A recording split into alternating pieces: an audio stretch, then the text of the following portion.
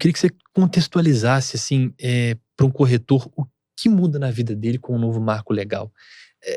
Que bicho de sete cabeças é esse, assim, de forma muito inicial para a gente começar a falar sobre isso? Vamos lá. Aquele momento que a cabeça fica borbulhando.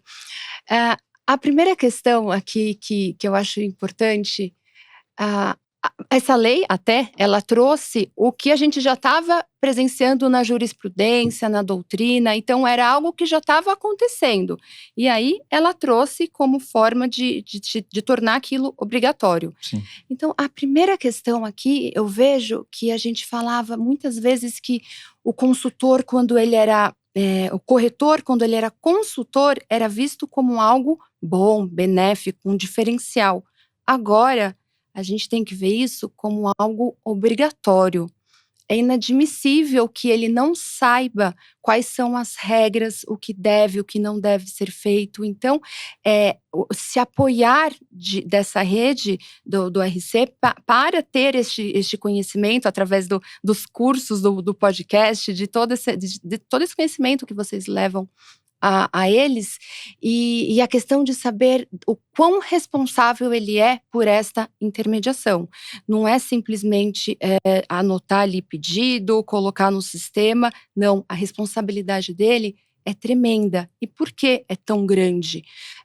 Agora, as regras, isso é uma vantagem muito boa, tanto para todas as partes envolvidas aqui, porque tudo agora mais claro, eu não vou dizer que é totalmente claro, porque Sim. nunca mas é mais claro, a gente tem prazo para regulação de sinistro, prazo para liquidação do sinistro, a gente tem rol de documentos ali que são necessários em um aviso de sinistro. Então, são informações que antes ficavam, a reguladora vai solicitar, ela vai solicitando, a gente vai encaminhando.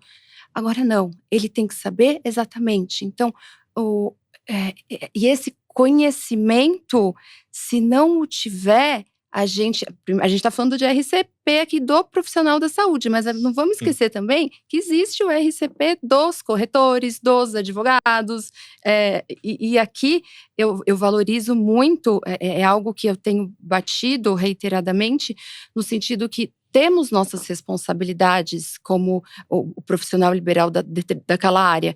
Então, aqui, como as regras são mais claras, o conhecimento tem que ser maior, a possibilidade de cometer algo, não vou dizer dolosamente, óbvio que não, mas culposamente, de repente deixou passar alguma coisa, é muito maior. Então, é bom deixar bem ali uma estrelinha no sentido da responsabilidade que o corretor está tendo. E algo que está pegando muito nessa nova lei é que os grupos não param de falar em relação da separação do custo de defesa com o custo com o valor da indenização, que são importâncias seguradas separadas. Então, isso falando muito brevemente, assim, alguns pontos, esses são os mais relevantes. Perfeito. Márcio, na sua visão, seria um manual de instruções mais claro? Esse novo marco legal a gente poderia resumir nesse caminho? Traz mais clareza para o corretor? O marco legal, ele trouxe mais clareza do que a lei se propõe a fazer e deixou o corretor com a sua responsabilidade, seguradora com a sua e o segurado também com a sua. Tá? Então, ele veio aí muito beneficamente aí para dar uma luz aí para todas as partes. Quando a doutora Karina cita da responsabilidade, isso é muito importante porque muitos corretores que atuam no mercado hoje ainda não têm a sua apólice de seguro. E isso é muito ruim, porque se ele está fazendo a oferta de um produto que ele acredita ser benéfico para aquele segurado, ele também tem que ter a sua apólice de seguro. Por quê? Não que ele vá cometer uma falha a qualquer momento, mas dependendo do tamanho do escritório dele, ou da corretora dele, ele pode ter uma falha profissional cometida por um colaborador, que vai trazer um prejuízo financeiro para ele também. E a oferta do RC é o que a gente falou lá atrás, ela tem que ser de forma consultiva. Não adianta eu simplesmente pegar um cliente e colocar ele na bandeira X e falar que aquela bandeira X é a melhor seguradora para ele. a gente precisa fazer uma análise, qual é o perfil desse cliente, qual é o risco que ele está, se ele tem um sócio a mais lá no CNPJ dele, tudo isso tem regras e tem seguradoras que têm o seu clausulado.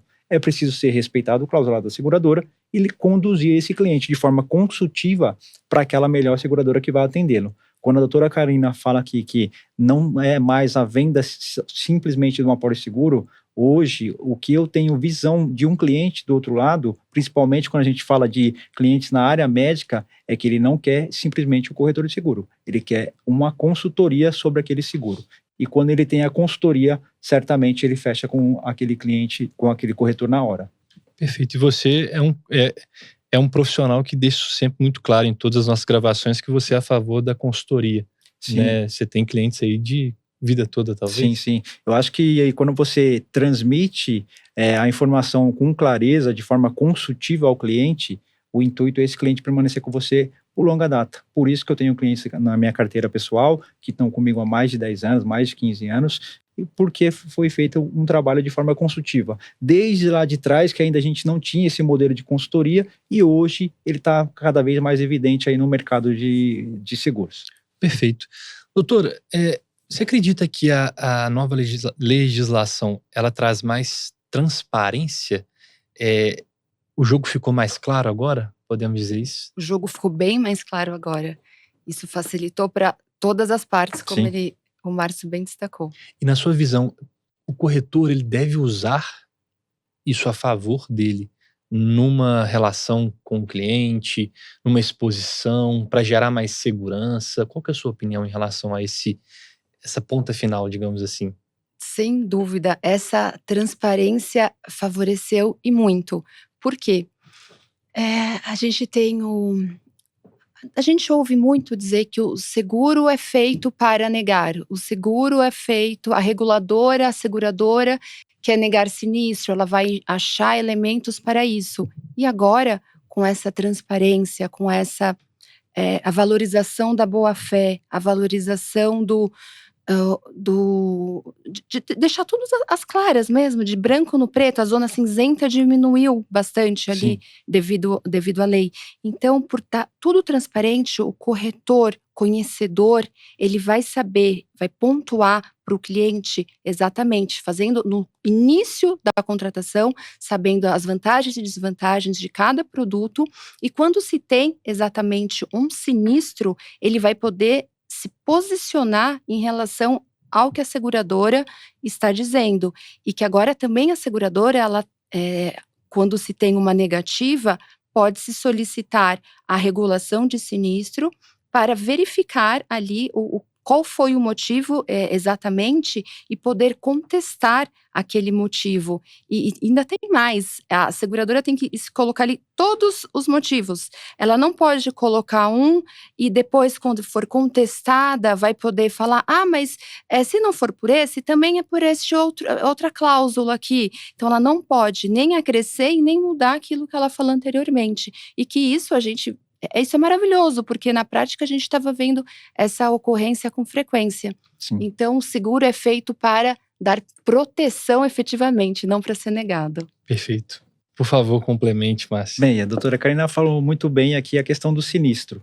Antigamente, realmente, a gente vivia numa massa cinzenta, onde a gente não tinha certeza do porquê, do motivo daquela recusa, e quando contestava a seguradora, ela buscava uma outra possibilidade negativa para manter uma negativa. Isso causa o quê? Isso causa uma enxurrada de processo do cliente final contra a seguradora.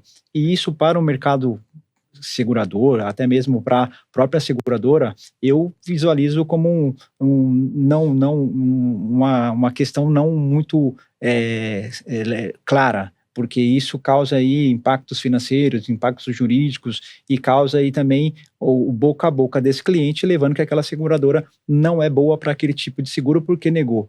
E o boca a boca, ele corre muito rapidamente. Então, quando a gente tem a lei trazendo de forma clara quais são as obrigações de cada parte e a obrigação principal da seguradora em regular, terminar uma regulação e quando for dar uma negativa, esmiuçar todas as possibilidades, por que deu aquela negativa, isso fica muito mais transparente. Faz que com o outro lado, o médico que está recebendo, ou o advogado, ou qualquer outro tipo de profissional liberal que tem esse seguro, entenda que realmente eu cometi uma falha aqui, por isso está vindo uma negativa. Tá?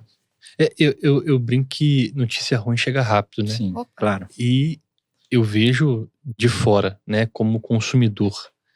Não como corretor, não como advogado, enfim. Possivelmente, uma das maiores objeções que o corretor tem na ponta, ou tinha, era a desconfiança, né? De, poxa, eu vou pagar isso aqui a minha vida inteira, se um dia eu precisar, será que eu vou ser realmente atendido? Isso aconteceu alguns anos atrás e eu vejo que isso deu mais segurança para o processo. E aí, emendando na próxima pergunta, eu queria, doutora, que você resumisse assim de forma... mais uma vez, eu volto em resumir toda hora, mas que é quase impossível, né? Para um advogado, inclusive. O que o corretor não pode fazer e o que o corretor pode fazer nesse novo marco legal? Como é que ficou direcionado essa questão da autonomia na ponta para o corretor? Ele não pode entrar no automático, isso de forma alguma.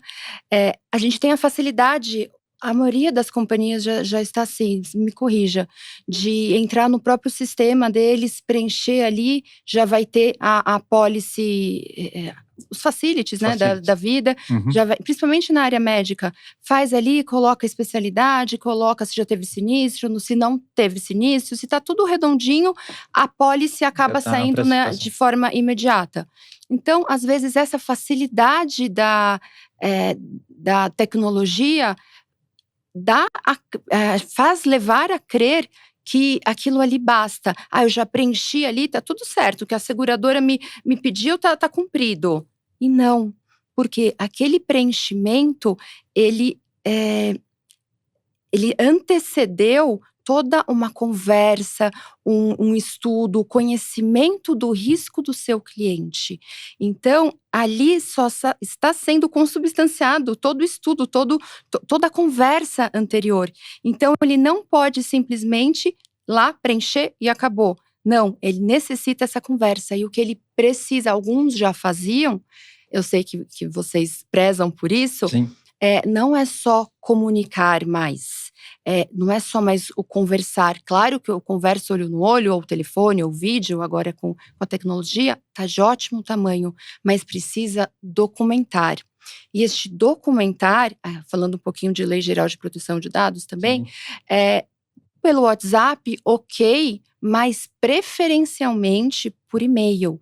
Tem a conversa ali pelo telefone, pelo WhatsApp, vai ali e coloca tudo no e-mail. Conforme conversamos anteriormente, essas são as possibilidades, o risco é maior de uma, a franquia da outra, enfim, colocar ali no e-mail, porque ele vai ser questionado, ele pode ser questionado, e é o que a gente vê muito. Metade do meu dia, eu diria que eu dedico a essa questão de estar auxiliando os corretores nessa questão de foi falado, não foi falado, onde eu poderia ter melhorado. Então, estando documentado, isso vai ser uma facilidade tremenda, diminuindo o risco de eventual comprovação de eventual falha ali na questão de comunicação dessa venda técnica.